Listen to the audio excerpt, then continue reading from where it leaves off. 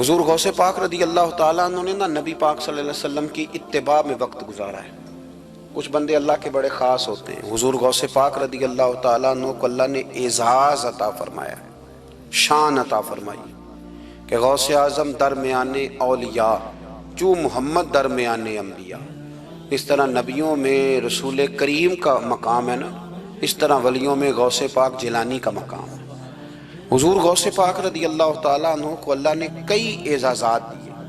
سب سے بڑی بات یہ کہ اللہ نے انہیں کرامات عطا کی۔ کرامت دین کا پورا ایک حصہ ہے۔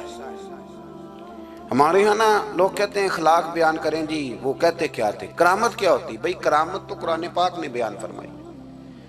آصف بن برخیا جناب بلقیس کا ملکہ بلقیس کا تخت لائے تھے۔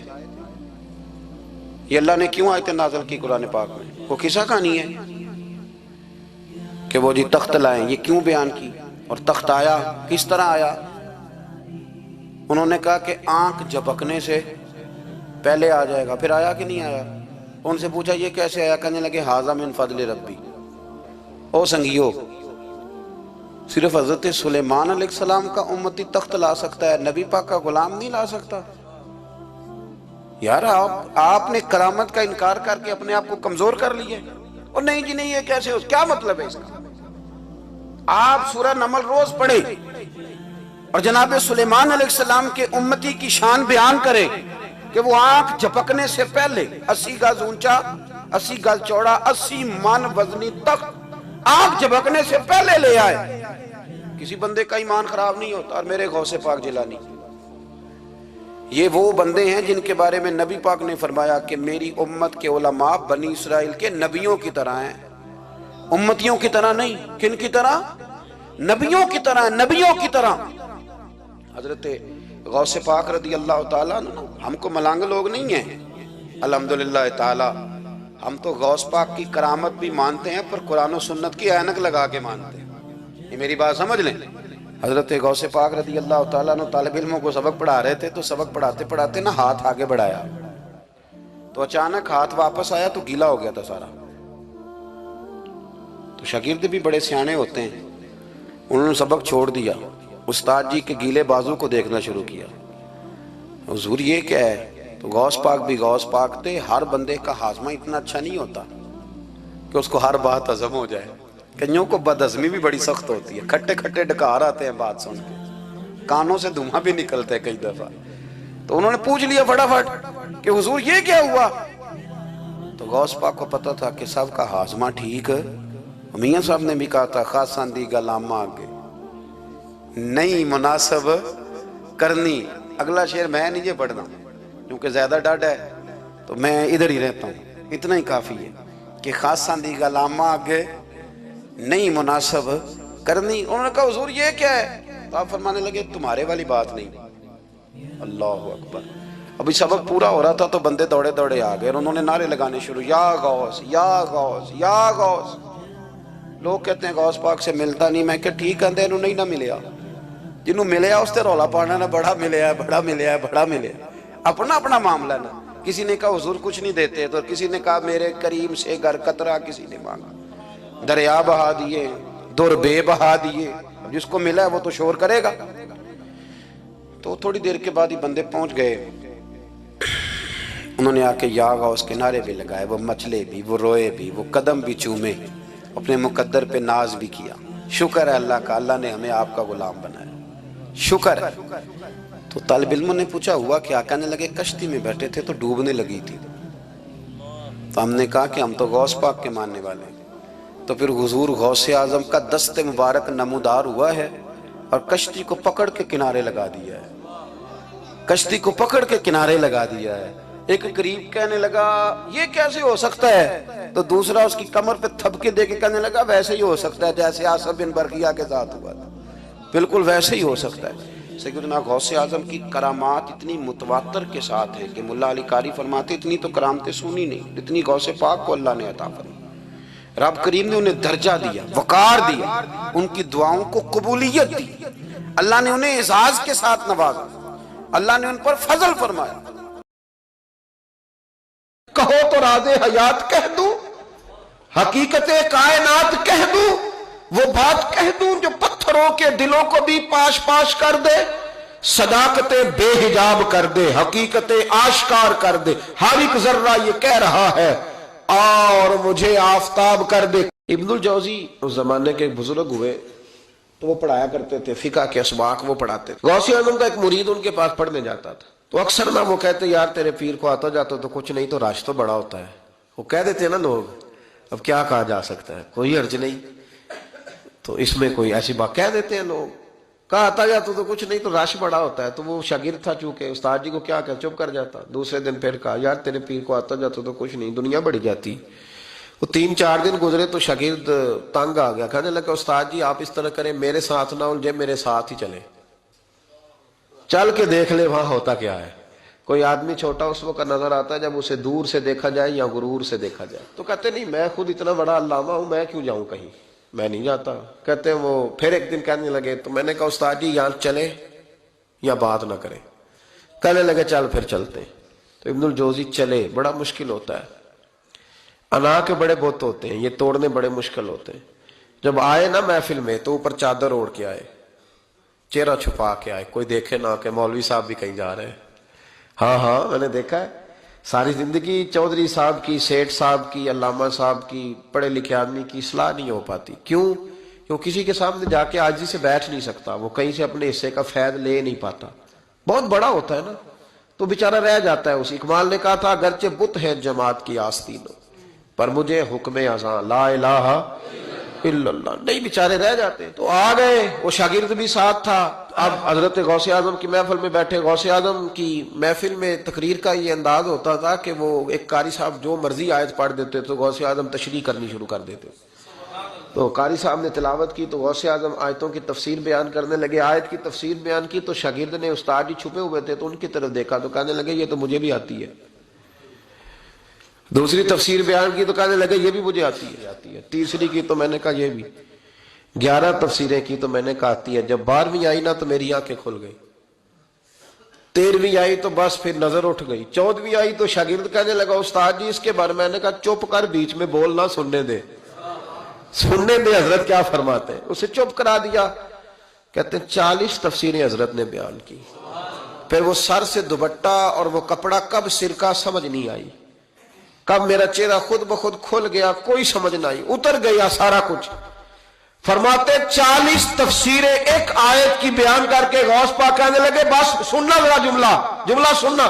فرمانے لگے بس بھائی اب کال ختم، اب حال کی طرف آتے ہیں، اب کال ختم، ظاہری باتیں ختم، اب آؤ حال کی طرف۔ تو ابن الجوزی کہتے ہیں میں سنجیدہ آدمی تھا پر اللہ اکبر کہا تو میرا کرتا پھٹ گیا، پگڑی گر گئی، اور میں غوث اعظم کے قدموں میں لگا۔ میں نے کہا بابا آج اتنا ہی، آگے نہیں جانا ورنہ کلیجہ پھٹ جائے گا، آگے نہیں جانا ورنہ بکھر جائے گی ہر چیز۔ کہو تو راز حیات کہہ دوں، حقیقت کائنات کہہ دوں، وہ بات کہہ دوں جو پتھروں کے دلوں کو بھی پاش پاش کر دے، صداقتیں بے حجاب کر دے، حقیقتیں آشکار کر دے، ہر ایک ذرہ یہ کہہ رہا ہے اور مجھے آفتاب کر دے۔ کہوں آگے بات؟ تو کہا نہیں آگے نہ بولنا ورنہ کلیجہ پھٹ جائے گا۔ حضرت یحییٰ بن نجاح کہتے ہیں میں غوث پاک کی محفل میں گیا تھا اور ایک دھاگا لے گیا تھا۔ آج میں نے گننا ہے کتنے بندے توبہ کرتے ہیں، ہماری مجلسوں میں نوٹ گنے جاتے ہیں، وہاں کیا گنا جا رہا ہے، گننا ہے آج کتنے لوگ توبہ کرتے ہیں۔ تو کہتے ہیں غوث اعظم تقریر ختم کرتے تھے تو 15 لوگ وہاں سے کھڑے ہوتے تھے، حضور ڈاکو تھے، ظالم تھے، آج کے بعد توبہ کرتے ہیں، غریبوں کا مال بھی واپس کریں گے اور محنت کر کے کمایا کریں گے۔ 50 وہاں سے کھڑے ہوتے، حضور شرابیں پی، بدکاریاں کی، آج کے بعد کھری توبہ کرتے ہیں، 10 وہاں سے، 20 وہاں سے۔ اس نے توبہ کی تو میں نے ایک گرہ دے لی، گنڈ ایک گرہ میں نے لگا دی، گانٹھ ڈال دی، دوسرا اٹھا تو میں نے ایک اور دے دی، تیسرا اٹھا تو اور دے دی۔ آج میں نا گرے لگاتا جاتا ہوں، آخر میں دیکھوں گا کتنے بندے کتنی گرے بنتی ہیں۔ کہتے ہیں 1-1 2-2 توبہ کر رہے تھے تو گرہ لگ رہی تھی، 15-15 کٹھے اٹھنے لگ گئے۔ اب میں کیسے گرے لگاؤں؟ پھر 50-50 اٹھنے لگے۔ کبھی میں غوث اعظم کی طرف دیکھتا، کبھی بندے گنتا، کبھی گرے دیکھتا۔ جب میں الجھ گیا نا تو حضور غوث اعظم نے تقریر کرتے کرتے میری طرف دیکھا اور دیکھ کے مسکرائے، کہنے لگے یحییٰ میں دلوں کی گرے کھولتا جا رہا ہوں، تو لگاتا جا رہا ہے۔ میں تو گرے کھول رہا ہوں اور تو لگا رہا ہے. پھر فرمانے لگے یہ میری وجہ سے توبہ نہیں کر رہے, میں کون ہوتا ہوں, یہ تو خدا کے فضل سے توبہ کر رہے ہیں. اور فرمایا یا تو بچا, اللہ کا فضل گن سکتا ہے, تو اس کا کرم گن سکتا ہے. یہ کرم برس رہا ہے لوگوں پہ, یہ کرم برس رہا ہے, یہ اس کی رحمت ہے ساری. اور اللہ کی رحمت گنی جا سکتی, شمار کی جا سکتی, کسی جگہ قید کی جا سکتی, یہ کرم ہے اللہ کا. تو کیسے گن سکتا ہے؟ ہٹ جا. شیخ یحییٰ کہتے ہیں میں اٹھ کے قریب گیا, میں نے کہا حضرت جی مجھے بھی قبول کر لیں, یہی رکھ لیں. حضور غوث پاک کو اللہ نے بڑا اعزاز دیا, بڑی کرامات دی. آپ فرمایا کرتے تھے میں نے 40 سال اپنے رب کو راضی کیا ہے مصلی پہ بیٹھ کے. تو میرے مالک نے پھر پوچھا ہے کہ عبدالقادر کچھ مانگ لے, کوئی بات کر لے. تو سیدنا غوث اعظم رضی اللہ تعالیٰ عنہ فرماتے ہیں کہ میں نے پھر اپنے رب کریم کی بارگاہ میں عرض کیا, مالک جو قیامت تک مجھ سے محبت کرے فضل کرنا, اسے بغیر توبہ کے موت نہ دینا. تو میرے رب نے میری اس دعا کو شرف قبولیت عطا فرمایا کہ جو مجھ سے پیار کرے گا, میرا نام لے گا, وہ بغیر توبہ کے نہیں مرے گا. جنات بھی آپ کی بارگاہ میں حاضر ہوتے. آپ کو شیخ بحر و بر کہا جاتا ہے. جب آپ نے منبر پر بیٹھ کر یہ اعلان فرمایا نا کہ میرا یہ قدم ہر ولی کی گردن پر ہے, تو خراسان کے جنگلوں میں معین الملت والدین عطائے رسول ہند الولی خواجہ معین الدین اجمیری موجود تھے. تو وہاں اعلان کرنے لگے, کہنے لگے غوث پاک صرف گردن پہ کیوں, آپ میری آنکھوں پہ بھی قدم رکھیں, میرے سر پہ بھی قدم رکھیں. اللہ نے ان اولیاء کو بڑا اعزاز دیا, انہیں اللہ نے بڑی شان دی. اپنی نسبت اللہ کے بندوں سے مضبوط رکھیں. ضروری نہیں کہ آپ کسی جگہ مرید ہی ہوں گے تو آپ کی نسبت مضبوط ہوگی. آپ خواجہ معین الدین سے پیار کریں, آپ حضرت بہاؤالحق نقشبند بخاری سے پیار کریں, داتا علی اجویری سے پیار کریں, آپ غوث پاک جیلانی سے, آپ اللہ کے نیک بندوں سے محبت کریں, ان کا تذکرہ سنیں. اب تو پوری مہم چلی ہوئی ہے اللہ کے بندوں کے خلاف. لوگوں نے ایسا وار چلایا کہ بس جی کچھ بھی نہیں جی, آپ چھوڑیں, آپ ڈائریکٹ کتاب و سنت کو پڑھیں, کوئی بھی نہیں جی, کوئی ولی نہیں. تو پھر وہ جو اتنی آیتیں ہیں, وہ حدیثیں, وہ سارا کچھ, اس کا مطلب ہے امت میں ولی ہوتے ہی نہیں. تو الا ان اولیاء اللہ لا خوف علیہم ولا هم یحزنون کا کیا معنی ہے, اس کا کیا مطلب؟ آپ نے تو ملیاں میٹ کر دیا سارا, پوری مہم چلی. اللہ کے بندوں سے پیار کریں. اور میرے نبی پاک صلی اللہ علیہ وسلم نے فرمایا جو جس سے پیار کرے گا قیامت کے دن اسی کے ساتھ اٹھایا جائے.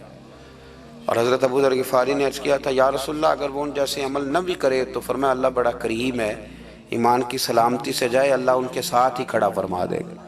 سیدنا غوث اعظم کی کرامات اتنی متواتر کے ساتھ ہیں کہ ملا علی قاری فرماتے اتنی تو کرامتیں سنی نہیں اتنی غوث پاک کو اللہ نے عطا فرمائی. رب کریم نے انہیں درجہ دیا, وقار دیا, ان کی دعاؤں کو قبولیت دی, اللہ نے انہیں اعزاز کے ساتھ نوازا, اللہ نے ان پر فضل فرمایا. ایک تاجر تھا تو ملک شام جاتا تھا اکثر تجارت کرنے کے لیے, مال کما کے لاتا, غریبوں کی بھی مدد کرتا, مدارس کی, مساجد کی, سب جگہ جہاں دین کی ضرورت ہوتی پہنچتا. ایک بغداد میں اور درویش بھی گزرے جن کا نام شیخ حماد ہے, وہ بھی بڑے درویش تھے. وہ تاجر شیخ حماد کے پاس گیا, کہنے لگا میرے لیے دعا کر دے, میں جا رہا ہوں سفر کے لیے. تو انہوں نے کہا میں صبح بتاؤں گا. استخارہ کیا, صبح کہنے لگے نہ جانا, تیرا مال بھی لٹ جائے گا اور تو قتل بھی ہو جائے گا. وہ بڑا پریشان ہوا, حضور غوث پاک کے پاس گیا, کہنے لگا حضور وہاں بھی میں نے کہلا بھیج دیا ہے, سامان میرا پڑا ہے, جاؤں گا نہیں, پیمنٹ نہیں کروں گا, ملے گا نہیں تو خسارہ ہو جائے گا, مہربانی فرمائے. غوث پاک نے مراقبہ کیا, فرمایا تو جا اللہ خیر کرے گا, تو جا اللہ خیر کرے گا. مرید کا عمل کے یقین, پیر کا عمل کے یقین, چلے آپ فیصلہ کر لیں تو میں آگے بڑھتا ہوں. حضرت غوث اعظم رضی اللہ تعالیٰ عنہ نے مرید سے کہا تو جا اور اللہ خیر کرے گا. وہ گیا, کہتے میں نے پیمنٹ کی, مال لیا, واپس آیا, گھوڑوں کا سفر تھا, رستے میں رات کو ایک جگہ سویا, خواب دیکھتا ہوں, خواب میں ڈاکو آ گئے, انہوں نے پہلے مال لوٹا پھر مجھے قتل کیا, اور جب میرے گردن پر انہوں نے خنجر چلائی, خواب دیکھ رہا تو میری فٹافٹ آنکھ کھل گئی, اور جب میری آنکھ کھلی تو میں اسی وقت ہی رخت سفر باندھا, سر پٹ گھوڑے دڑائے, کچھ رات کو کچھ دن کو, سویرے بغداد پہنچ گیا. کہتے خیال تھا کہ پہلے غوث پاک کے پاس جاؤں گا, لیکن پہلے شیخ حماد سے ملاقات ہو گئی. میرا چہرہ دیکھا, پریشان تو دیکھ کے مسکرائے, فرمانے لگے بھی تیرا پیر بڑا شاندار ہے, تیرا پیر بڑا شاندار ہے، وہ کام جو حقیقت میں ہونا تھا نا، حقیقت میں انہوں نے دعا کی ہے تو رب کریم نے اسے خواب بنا دیا ہے۔ ان کی دعا کی برکت سے اللہ نے اسے، اب میں بات مضبوط کرنا چاہتا ہوں تو میں ایک حدیث پاک بھی پڑھ دوں۔